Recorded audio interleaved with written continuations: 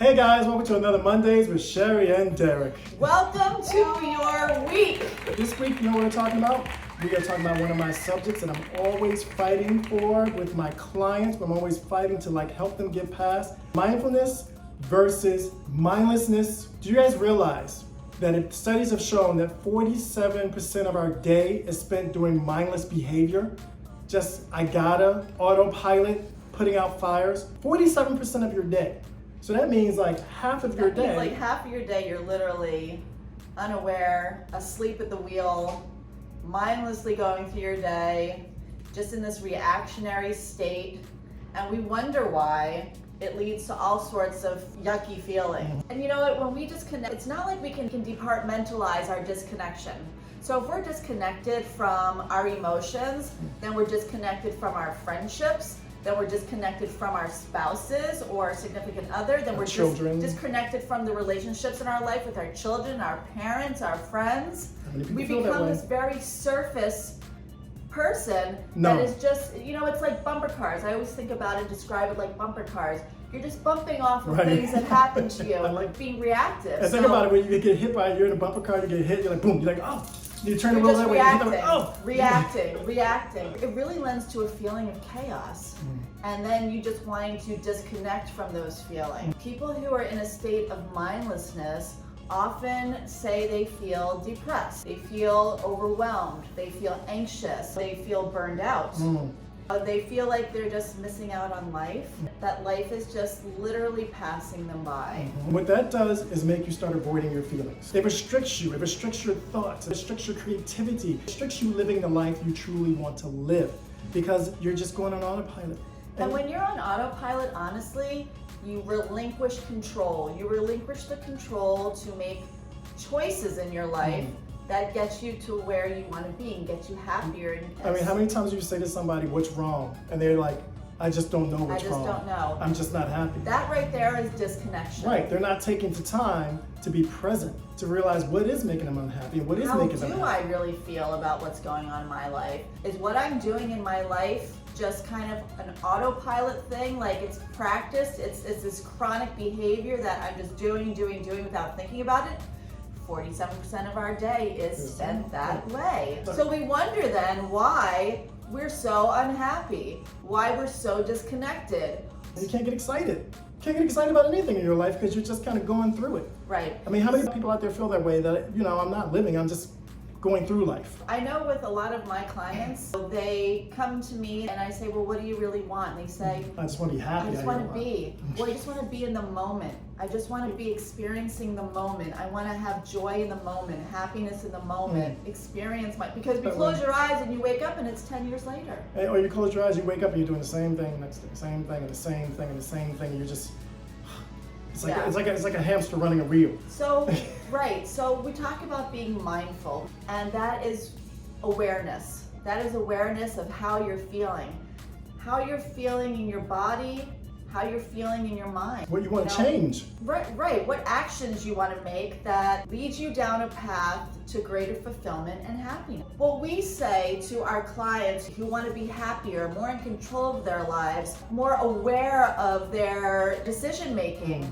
is to take 5 minutes a day. That's where we start. 5 minutes a day to practice awareness, practice being. And those 5 minutes, you want to go someplace that's quiet, that you're not going to get distracted. Take that awareness and do a scan. How am I breathing? How am I feeling physically and emotionally? What is going around in my surroundings? What am I noticing? Am I noticing noises, smells, lights?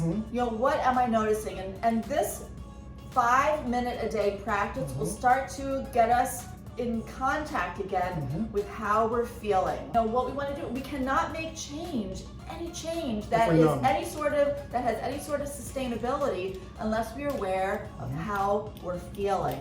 And I would say the next step we usually do with clients, the next step, if we can get you to finally commit to that 5, because believe it or not, it's hard to get people, you'll see, to commit to 5 minutes a day just doing that.